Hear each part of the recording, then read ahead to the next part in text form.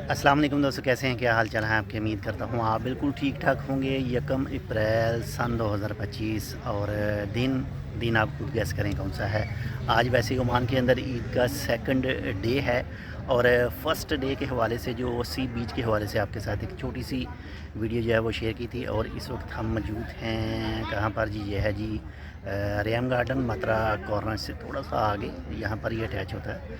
तो हम दोस्त जो मुख्तलिफ दोस्त हैं हमारे ग्रुप में, हम यहाँ पर जो है वो इंजॉय करने के लिए आए हैं। हमारे दोस्त भी इस वक्त साथ हैं। बाकी मैं आपको अपने दोस्तों का ग्रुप जो एक है वो भी शो करवाता हूँ। साथ में आसपास में जो इस वक्त वीडियोस वगैरह जो लोग अपनी तस्वीर कशी कर रहे हैं, इसके अलावा चीज़ें भी आपको दिखाता हूँ मैं अभी।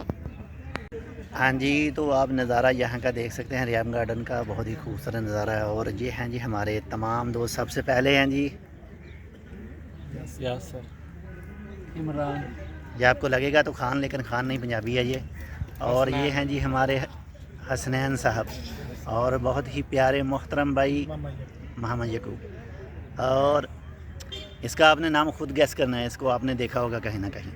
यह है जी हमारे राणा साहब और ये भी राणा साहब। और बाकी आप यहाँ पर ये देखें, पहले यहाँ पर जो नीचे थे झूले वगैरह लगते थे, लेकिन अब जो है वो झूले वगैरह नहीं लगते हैं। लेकिन तफरीह का जो माहौल है वो काफ़ी अच्छा सा है।